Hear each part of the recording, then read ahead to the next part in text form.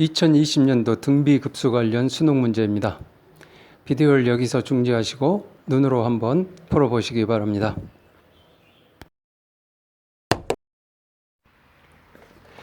문제가 참 길죠. 이런 문제 유형에 익숙하지 않으신 분들은 문제 해석하는 데만 해도 시간이 많이 걸 것입니다. 자, 함께 하나하나 해석해 보도록 하겠습니다. 자, 정사각형 ABCD를 그려줍니다. 한 변의 길이가 5라고 하였습니다. 그리고 왼쪽 밑에 있는 점 A점을 중심으로 해서 부채꼴을 이렇게 그려주고, 그 다음에 왼쪽에 있는 변 3분 AD를 3대2로 내분하는 점을 찾아서 3분 AB와 평행하게끔 직선을 이렇게 그려주면은 호와 만나는 점이 생기는데, 이 점을 B1이라고 그랬을 때 3분 A1, B1을 한 변으로 하는 또 정사각형을 그려줍니다. A1, B1, C1, D1입니다.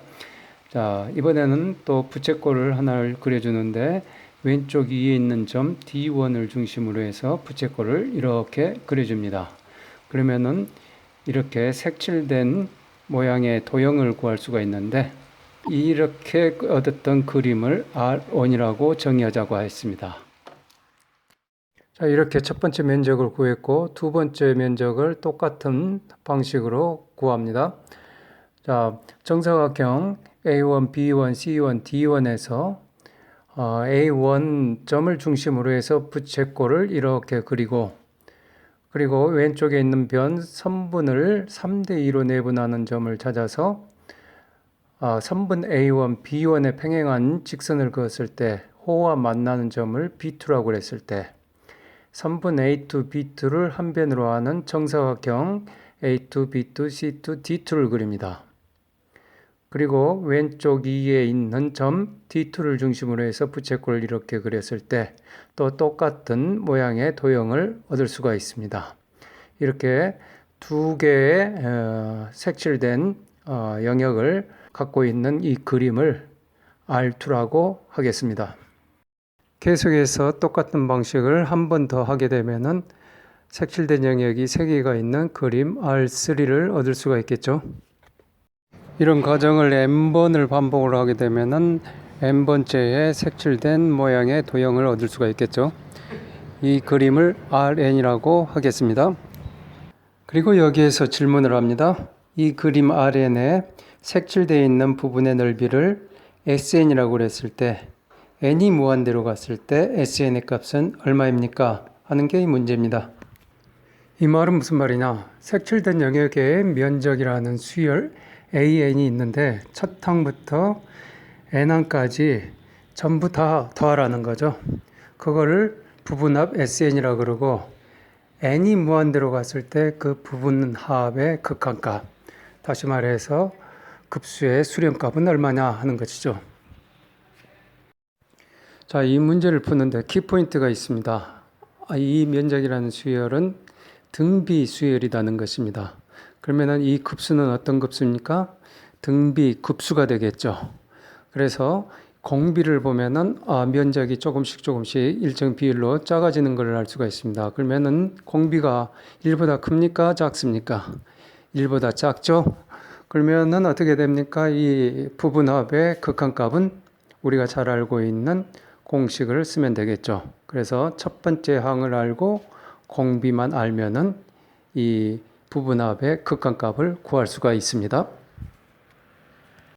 자, 공비에 대해서 조금 더 살펴보도록 하겠습니다. 처음 3개의 면적에 대해서만 살펴보도록 하겠습니다. 자, 첫 번째 면적하고 두 번째 면적의 B가 얼마일까요? 컴퓨터로 계산을 해보니까는 0.64가 나옵니다. 64% 작아지는 거죠. 그러면 이제 두 번째 면적하고 세 번째 면적의 B는 얼마일까요? 또 0.64입니다. 이 말은 무슨 말입니까? B가 똑같다는 말은 이 면적의 수열이 등비 수열이라는 거죠. 공비가 똑같다는 거죠. 그러면은 공비를 어떻게 구할까요? 그냥 가장 쉽게 생각하면 첫 번째 면적을 구하고 두 번째 면적을 구해서 그 면적의 비를 구하면 되겠죠. 하지만은 두 번째 면적을 구하는 게 결코 쉬운 일이 아닙니다. 그러면은 왜 이런 문제를 줬을까요? 달리 쉽게 구할 수 있는 방법이 있기 때문에 준 것입니다. 그 방법이 뭡니까? 정사각형의 넓이의 비가 바로 공비라는 것입니다. 바로 이 점을 꼭 알아두시기 바랍니다. 자, 실제로 한번 해볼까요? 정사각형 ABCD와 정사각형 A1, B1, C1, D1의 넓이의 비는 얼마입니까? 계산을 해보면 0.64가 나옵니다. 똑같죠?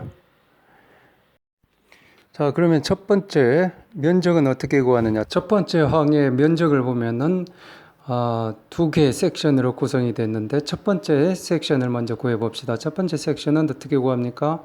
부채꼴, 이러한 형태의 부채꼴의 면적에서 이 직각삼각형의 면적을 빼주면 되겠죠?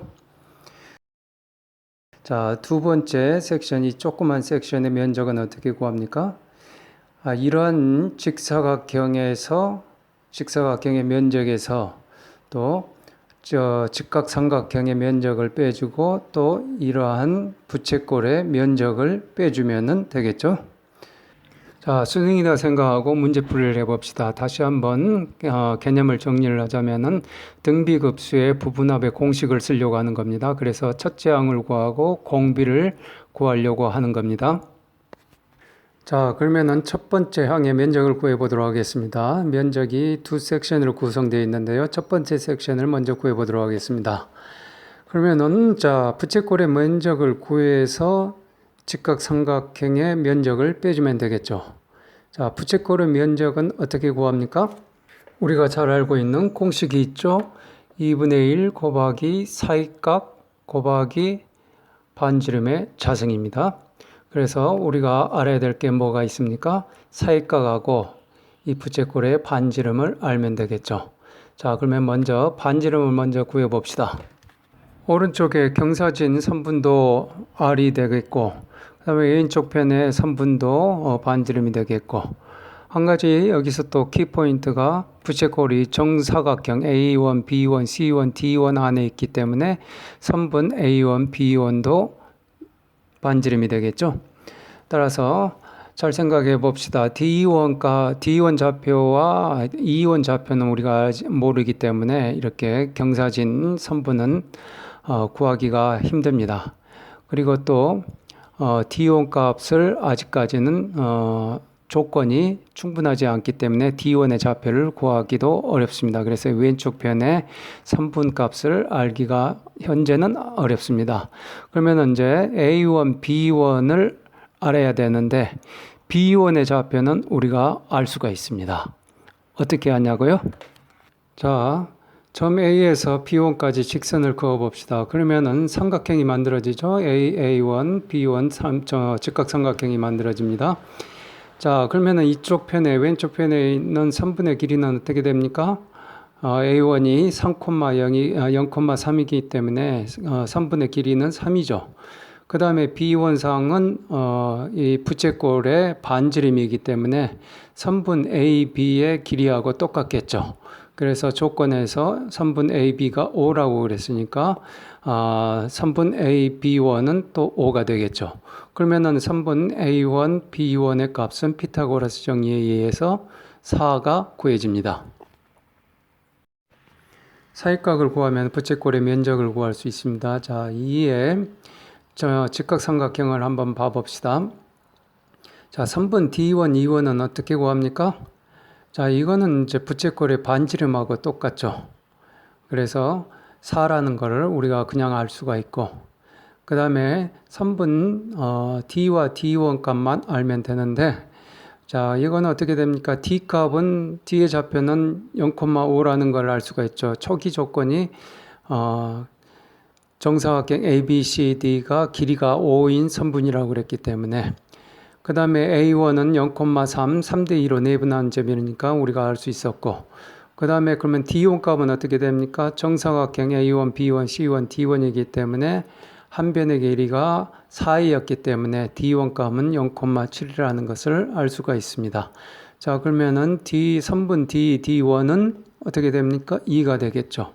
그러면 우리가 잘 알고 있는 코사인 법칙을 사용해 갖고 코사인 세타는 4분의 2는 2분의 1이니까 2분의 1이 되는 각도는 어떻게 됩니까? 60도가 되겠죠.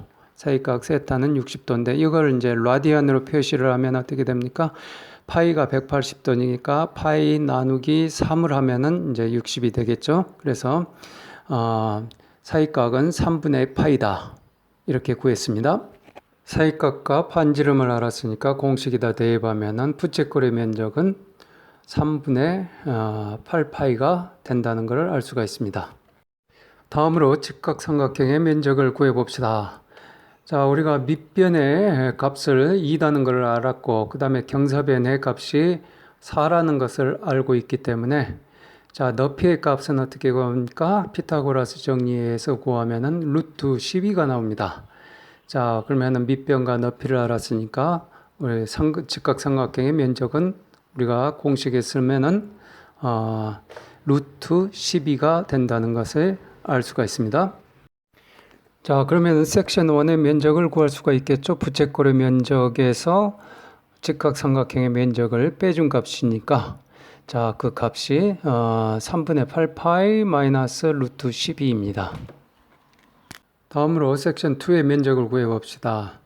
직사각형의 면적에서 직각삼각형의 면적을 빼주고 또 부채꼴의 면적을 빼주면 된다고 그랬습니다. 자, 직사각형의 면적은 우리가 밑변하고 높이를 다 알고 있으니까 2 곱하기 4는 8 이게 나오고 그 다음에 직각삼각형의 면적은 조금 전에 구했다시피 루트 10이었고 그 다음에 부채꼴의 면적에서 사이각하고 반지름을 알면 되는데 반지름은 우리가 알 수가 있죠. 4라는 거를.